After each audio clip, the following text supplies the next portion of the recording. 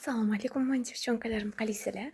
Bugun sizlarga ajoyib retsept bilan 100 keldim. kilo noodatiy ovqat qilgan desa, lekin uyingizda go'sht qolmagan bo'lsa, aynan bu Retsept sizlar uchun.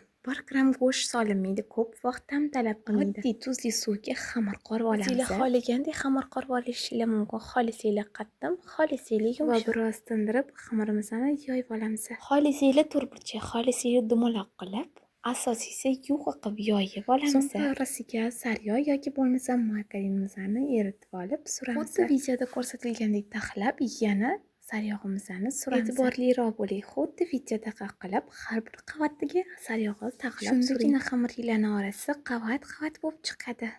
Ana endi esa xamirimizni muzlatgichga 20 daqiqa, ko'p emas, atigi 20 daqiqaga qo'yib olamiz. Ungacha orasidagi nachinkasini tayyorlaymiz. Kartoshkalarimizni qaynatib, pyure shakliga keltirib olamiz. So'ngra tabga ko'ra tuz va sirimizni solib olamiz. Yaxshilab bitta massa bo'lgungacha aralashtiramiz. Ana endi navbat xamirimizga. Xamirimizni olamiz va kesamiz. Bu xamirimizni xohlasanglar muzlatgichda necha kun bo'lsa ham saqlasanglar. Buni orasini qaranglar, qiziljonlar asaligini qavat-qavat bo'lib chiqqanini xamirimizni yoyib olamiz.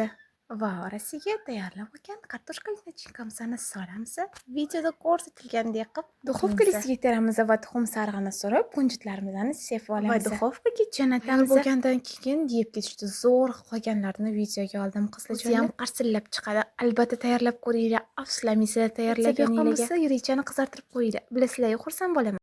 Bu videoni yo'qdan bor qiladigan tanishinglarga jo'natib qo'yinglar.